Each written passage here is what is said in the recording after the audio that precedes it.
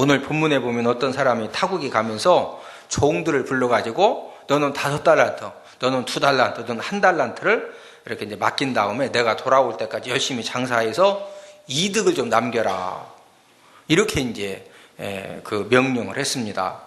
우리가 여기에서 한 가지 생각해 볼 것은 왜 주인이 종들한테 차별 대우를 했을까? 왜 어떤 사람은 5달란트, 어떤 사람은 2달란트, 어떤 사람은 1달란트요? 똑같이 2달란트, 5달란트 똑같이 주지? 왜 사람들마다 다르게 주셨을까요?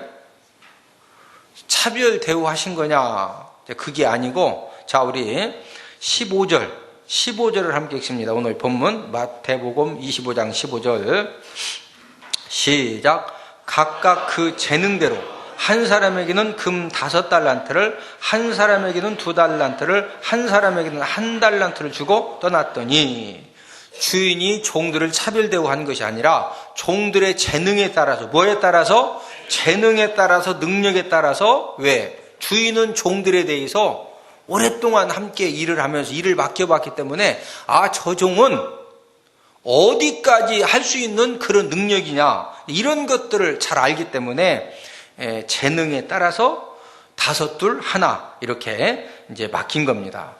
여러분들은 1달란트가 현재 우리나라 돈으로 얼마인지 아십니까?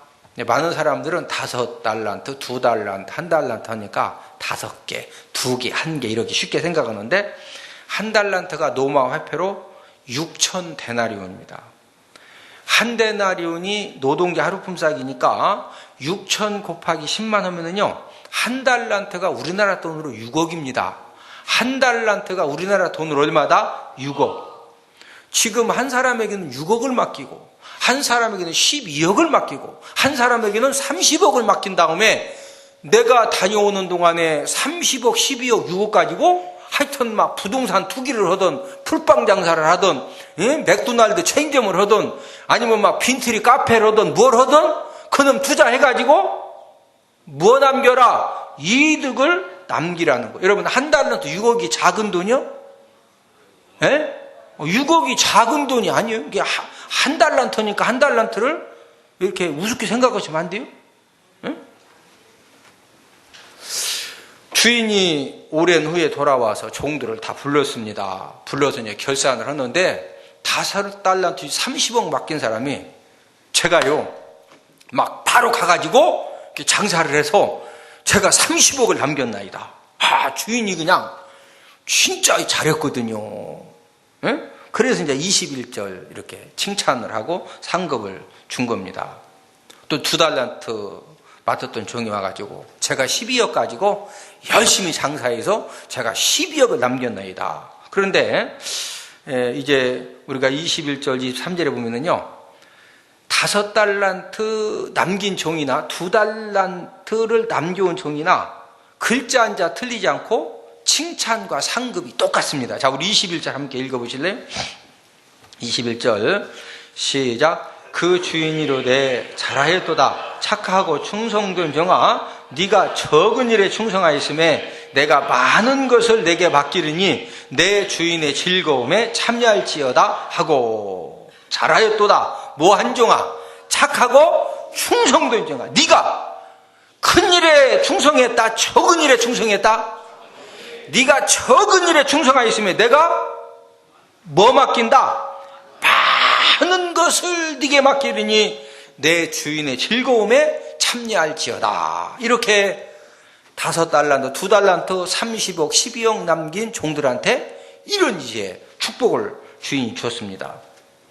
1달란트 이제 받은 종이 마지막으로 와서 보고를 하는데 어때 보고를 하느냐면요, 24, 25절에 보니까 주인이여 당신은 굳은 사람이라 심지 않은 데서 거두고 해치지 않은 데서 모으는 줄을 내가 알았으므로 두려워하여 나가서 당신의 달란트를 땅에 감추어 두었었나이다. 보소서 당신의 것을 가지셨나이다. 이렇게 이제 기록이 되어져 있습니다. 지금 이 1달란트 받은 종의 가장 큰 문제점이 뭐냐면요, 이 주인에 대해서 잘못된 인식, 잘못된 편견, 생각을 가지고 있었습니다. 그래서 이 1달란트 받았던 종이 오늘 24절 중반절에 보니까 주인에 대해서 뭐한 사람이라고 그랬어요? 당신은 뭐한 사람이라? 자, 우리 24절 함께 읽습니다. 시작. 한 달란트 받았던 자는 와서 이르되 충시여 주인이여 당신은 굳은 사람이라. 당신은 뭐한 사람이라? 굳은 사람이라. 심지 않은 데서 거두고 해치지 않은 데서 모으는 줄을 내가 알았으므로. 당신은 뭐한 사람? 굳은 사람. 이 굳었다는 말이 뭐가 굳었다는 거냐? 여기서 이 굳은이라고 하는 헬라 원어가 스콜레로스라는 그런 언어가 쓰였는데 이걸 직역하면은 완고하며 거칠다. 그러한 의미를 가지고 있습니다. 한 달란트 받았던 종은 자신들의 그 주인에 대해서 어떻게 오해를 했느냐면요. 우리 주인은 노동도 하지 않고 일도 하지 않고 돈을 버는 그런 완고한 사람. 쉽게 표현하면요. 날강도 같은 사람을 이해를 한 겁니다. 24절 보세요. 주인이여 당신은 굳은 사람이라 뭐 한 데서 거두고 심지 않은 데서 거두고 심지도 않고 거두는 사람이요. 또 뭐 한 데서 모으는 줄을 여기서 해치지 않는다는 말이 무슨 말이냐면요. 해친다는 것은 타작한다는 말이거든요.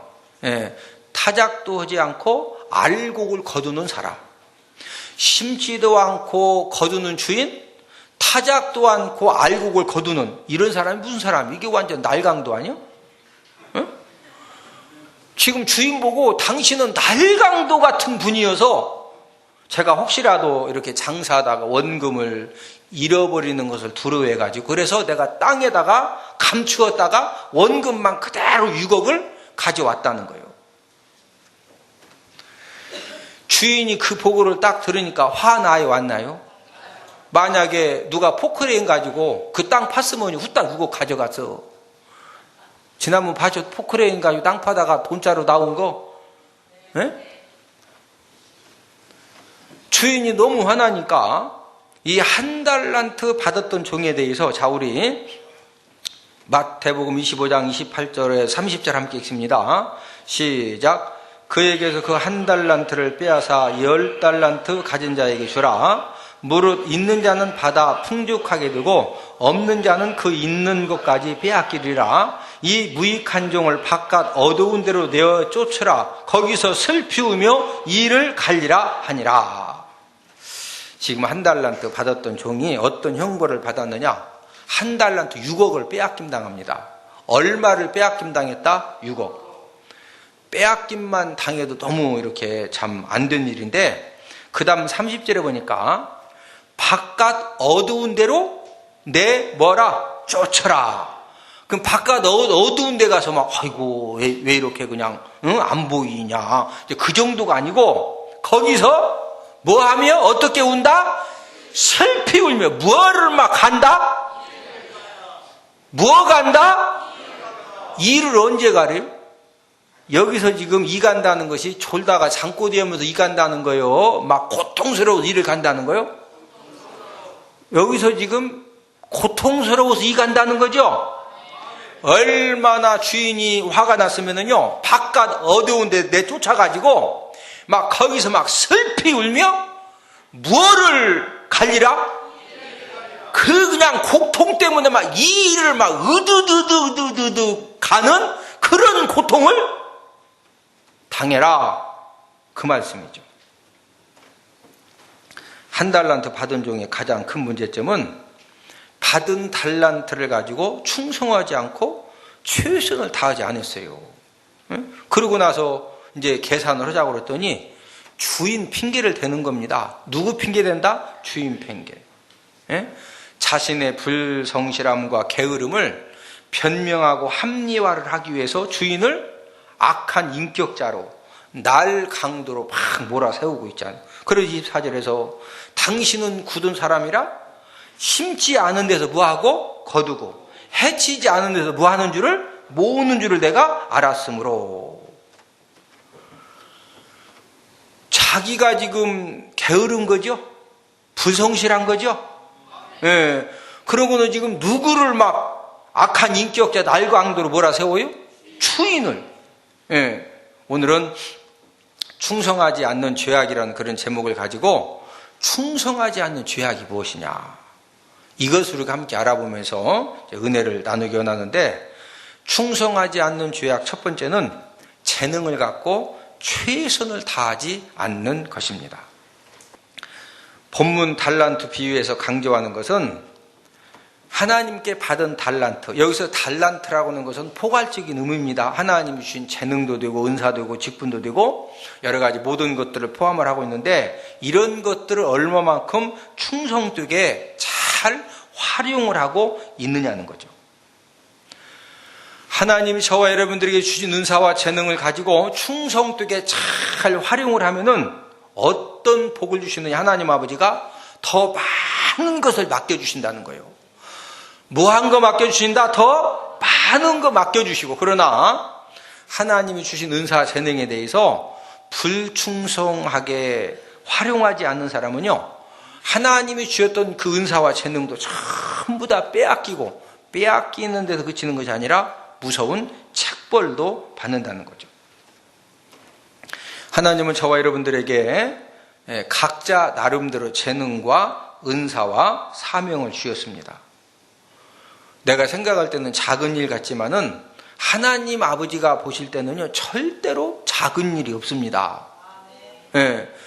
내가 생각할 때 작은 일 같지만은 하나님이 맡겨주신 그런 은사와 재능과 직분에 대해서 우리가 충성스럽게 봉사하고 헌신하면은요, 하나님 아버지가 능력도 더해주시고 건강도 더해주시고 물질의 복도 더해주시고 그 사명 더 잘 감당하도록 하나님 아버지가 모든 부분들을 더해주시고 결국에 주인 되신 주인의 그 주님의 즐거움에 참여하는 그런 축복도 허락해 주시는 줄로 믿습니다. 그런데 한눈 아끼는 것처럼 막 아까워서 사용 안 하고 바빠서 사용 안 하고 게을러서 사용 안 하고 그러면은요, 주셨던 재능과 은사와 능력 하나님이 전부 다 거두어 가십니다. 뭐에 가신다? 거두에 가신다. 호랑이는 죽어서 가죽을 남기고 사람은 죽어서 이름을 남기고 저와 여러분들은 죽은 다음에 뭐 남겨야 된다고 그러세요? 간증 남겨야 돼요. 뭐 남기자? 간증. 어떤 사람이 좋은 신앙의 간증을 남기느냐? 하나님 아버지가 맡겨주신 은사, 재능, 직분을 가지고 사람들이 생각할 때는 주일학교 교사, 찬양, 봉사 이게 별거 아닌 것 같아도 이게 별겁니다. 식당에 가서 막 꾸준하게 식당 봉사하고 그게 별거예요. 할렐루야? 그럼 교회에서 무엇일 거예요? 우리 김정희 입사님처럼 막 색소폰 가지고 저는 그거 못해요. 저는 피리도 못 보는데 색소폰 어떻게 보냐고.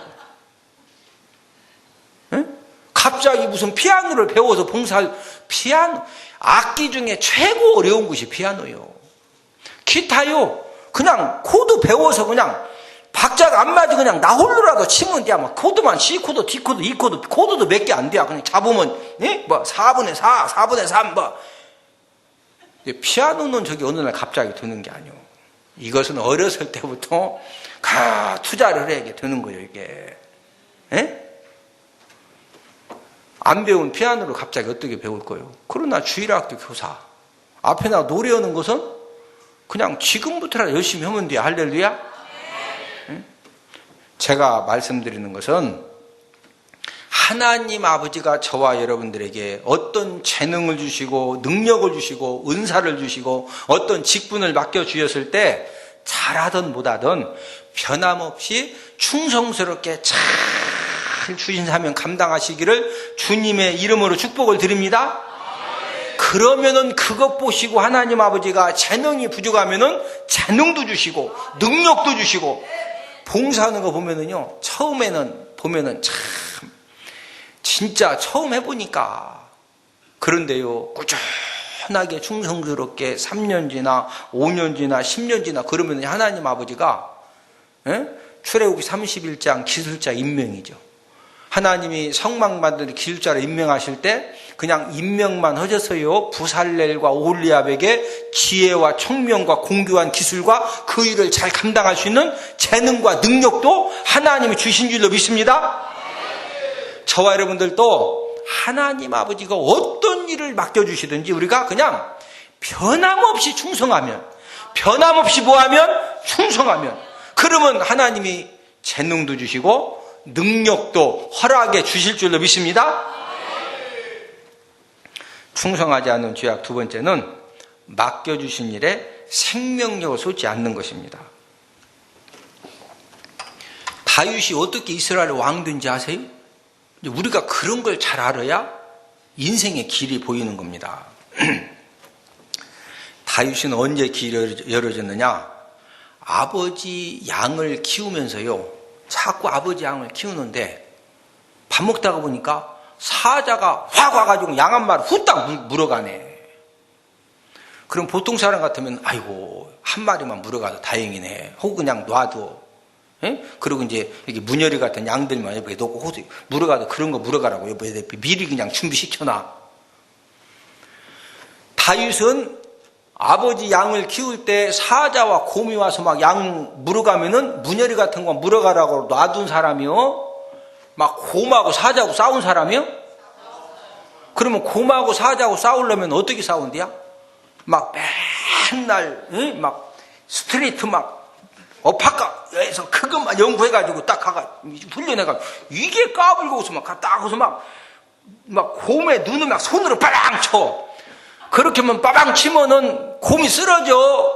곰이 그냥 그대 다윗을 잡아서 그냥 먹어.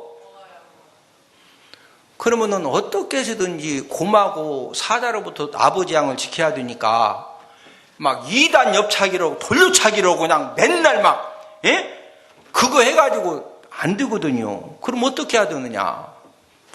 싸워도 가까이 붙으면 안 되니까 멀리 떨어져서 결판을 내야 되겠다. 멀리 떨어져 뭘로 결판 내느냐? 그 당시에는 총이 없으니까 물맷돌로 한번 승부수를 띄워보자. 그래서 다윗이 아버지 양을 지키려고요, 하여튼 밥만 먹으면 계속 물맷돌을 돌리며 자기 실력을 쌓는 거예요. 나중에는요 어느 정도 실력이 되다느냐, 가끔은 형님이 이렇게 먹을 거 가지면 형님 제가요 이게 요즘 물맷돌 실력이 저기 파리 3마리 보이죠? 내가 왼쪽 파리 내가 오른쪽 눈을 맞추게 한번 보세요. 딱 던지면은요 딱 3마리가 날려가는데 왼쪽 파리 오른쪽 눈 정확하게 딱 맞춰서 파리가 죽은 거예요. 예를 들어서 그렇다는 거예요. 밥만 먹으면 무슨 실력 쌓았다? 물맷돌 실력을 쌓은 거예요. 그러니까 곰하고 사자가 진짜 딱 먹으러 왔다.